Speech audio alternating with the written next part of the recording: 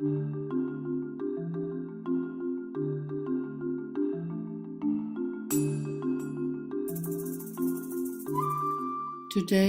I am at the Makers Gallery in Burnie. Hello. Hello there. It's very nice to meet you. Would you like to tell me who you are and why are you here in the Makers Gallery? Yeah, so today, my name's Jai Croswell. I'm the Northwest Aboriginal Discovery Ranger for Tasmania over the summer period here. And so we've actually been putting on lots of different activities to do with Tasmanian natural and cultural heritage.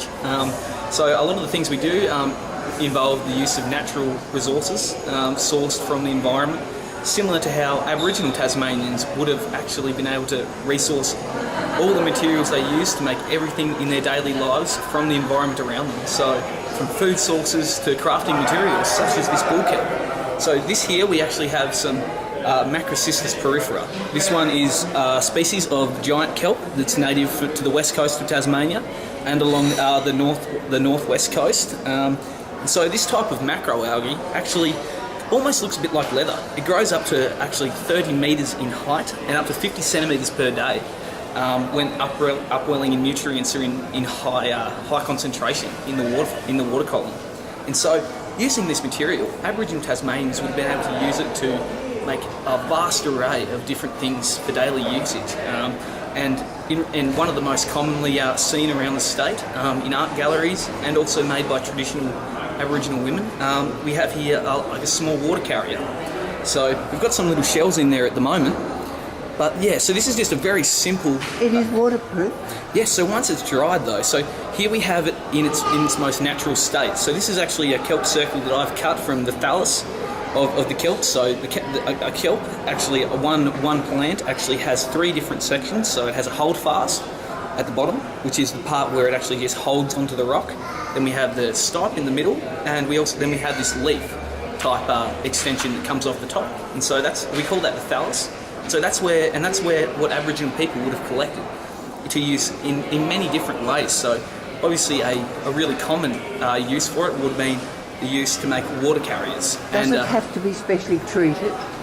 Yes, indeed. So there's a bit of a process that Aboriginal people would have made. So first off, we start off with the basic thallus. So this is nice and flexible. Actually feels quite a bit quite wet still, because even when it's been cut like this, until it dries completely, the algae, the macroalgae that it's composed of, the tiny little colonies of microscopic plants all joined together, actually, it's actually still alive.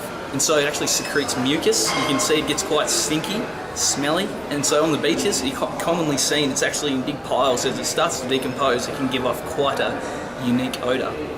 And so, to stop that from happening and stop the breakdown, we cut this out, and then I've been using newspaper to be able to stuff these, so this makes it easier for children. But Indigenous Tasmanians would have used something similar to like dry sand would have been used to draw the moisture out and also help the bowl hold its shape. And then instead of just using a type of man-made string like this, they would have actually used natural resources such as other different types of kelp, and then what's that, sorry? No, I'm just going to ask you how long this process, first of all, of drying it takes. Yes, definitely. So the process of drying takes about a week. This one here is actually I made this about a week ago now. And so until today, it's actually been packed with newspaper to draw all the moisture out of it. And you also want to make sure that you're getting exposure of every side of the kelp basket to the sun, and that way it also helps to draw the moisture out that bit more and stop the rotting process. Another important thing when trying to preserve this kelp is that when washing it, you want to use salt water, because fresh water will actually speed up the breakdown of the kelp, because when it's exposed to rain, fresh water on land, it actually triggers the breakdown process, and actually that's why it actually decomposes at such a rapid rate on the beaches. Whereas if you take it out of a beach environment and dry it like this, it actually becomes such a sturdy natural material. You can actually be used for lots and lots of different things, and obviously once it's at this stage in its drying process, it becomes waterproof, and so you can use it to transport water, different craft materials, and even food over. So like different types of shellfish would have been, this would have been perfect to transport to and from the coastline and back to your community. So it's a really unique resource that we have here in Tasmania, and something that I'd like to think everyone should be aware of. It's something that's really amazing and also has a lot of other more industrial uses nowadays, because it is actually commercially harvested in several areas around the state. So mainly on the northwest coast we have our harvesting. We have lots of companies actually use it to go into fertilisers, and the actual alginate can be extracted and used to make things from ice cream, hand lotion, lots of different products internationally, and also nutrient supplements.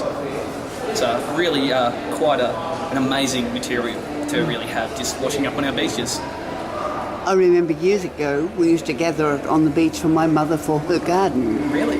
Yes. Very good. Yes, and that's it.